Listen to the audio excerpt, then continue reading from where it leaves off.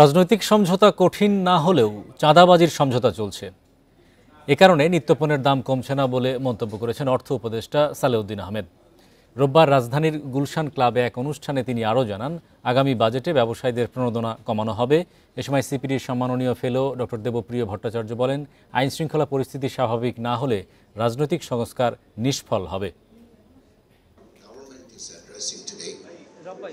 International business forum বাংলাদেশের বার্ষিক সম্মেলনে যোগ দেন ব্যবসায়ী, অর্থনীতিবিদ সহ আর্থিক খাত সংশ্লিষ্টরা। উঠে আসে দেশের অর্থনীতির নানা বিষয়। অনুষ্ঠানে অর্থ উপদেষ্টা বলেন, চুরি দুর্নীতি অনেক দেশে হলেও বাংলাদেশের মতো দুর্নীতি সচরাচর দেখা যায় না।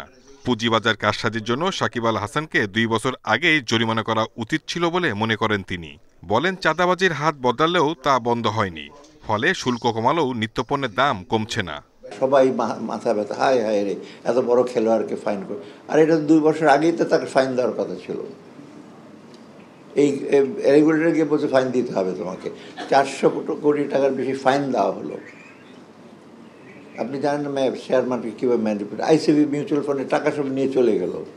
নানা খাতে সংস্কার চললেও সবার আগে অর্থনৈতিক সংস্কার জরুরি বলে মন্তব্য করেন শ্বেতপত্র প্রণয়ন কমিটির প্রধান। যদি মানুষকে আমি অর্থনৈতিক স্বস্তি দিতে না পারি, যদি আমি মানুষকে আইন শৃঙ্খলা দিয়ে যদি সুরক্ষা দিতে না পারি, তাহলে মানুষের ওই সংস্কারের জন্য যতই ভালোবাসা থাক, ধৈর্য থাকবে না।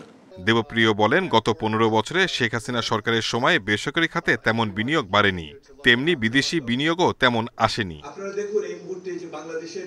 Shahid Ahmed, independent news, Dhaka.